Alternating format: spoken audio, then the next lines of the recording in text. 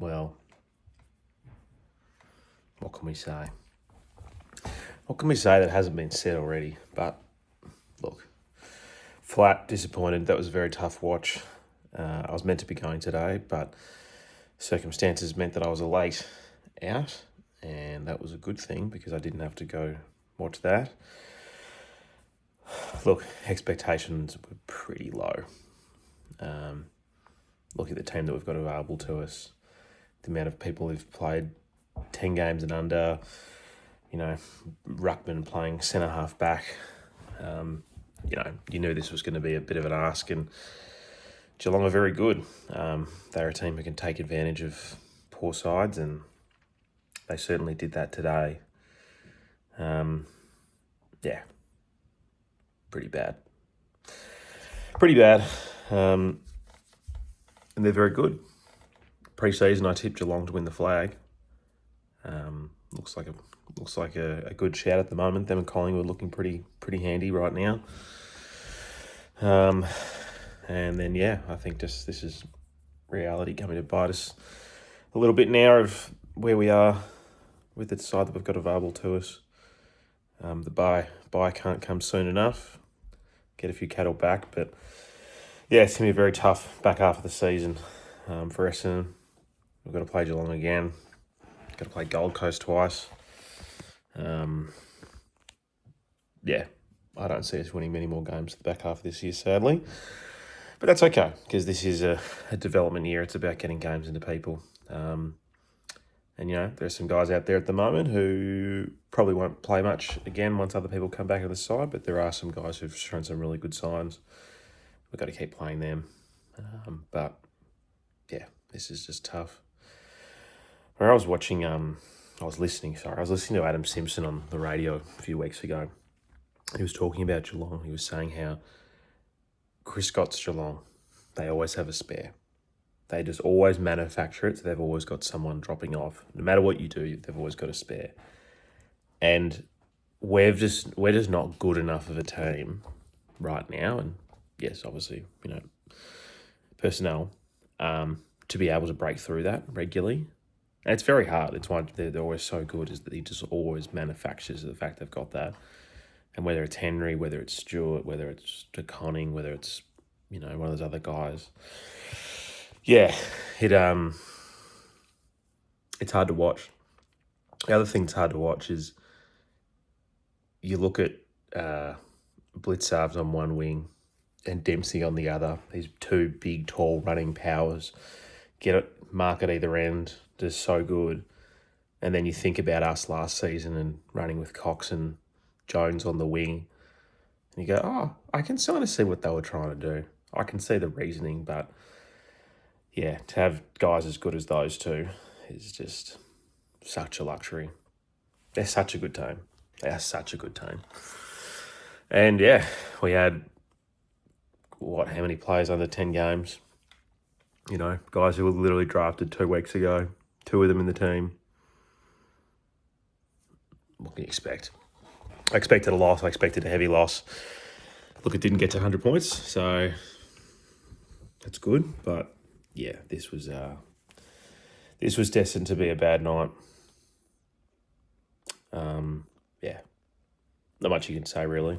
I'm definitely flat, but I'm not shocked. I don't think any of us are. I mean, if you're surprised by this result, I don't know what you've been watching, or if you've been paying attention, really. But Cats are good. Cats are very good, and we have a very, very, very depleted team, and we're not that good right now. But it's just about time. And we've got to just have that time, develop the right people. And we've found some. Don't get me wrong, we've found some. Angus Clark, going to be a great player. Zach Johnson, going to be a good player.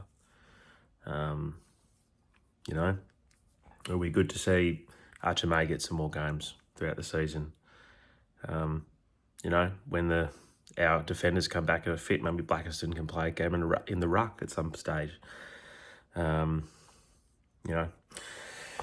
of the other guys didn't have great games. Day Wicks had a pretty poor night. Obviously got subbed, but had some pretty pretty bad moments. And look, that's going to happen when you're an inexperienced player. The Wall, pretty quiet, had a pretty tough task against Dempsey. Really saw what it's like to play against. I mean, is he the best winger in the comp right now? I think he's a shout. I think he's a fair shout, Dempsey. So yeah, tough night for those guys. I thought Setterfield was good. I thought he put in a really good shift and had a genuine crack at it, and was one of the leaders. Merritt was down on what we normally get out of him. I had a few people say to me throughout the night who went that his body language seemed a bit off. So not sure what that's about. Maybe he's just sick of losing to Geelong. Maybe there's something else going on. I don't know. But yeah, Merritt definitely wasn't at his imperial best, as we know. That's the right word for it. But what else? I thought Guelphy had a good crack. Can't really think of many other goods, to be honest with you.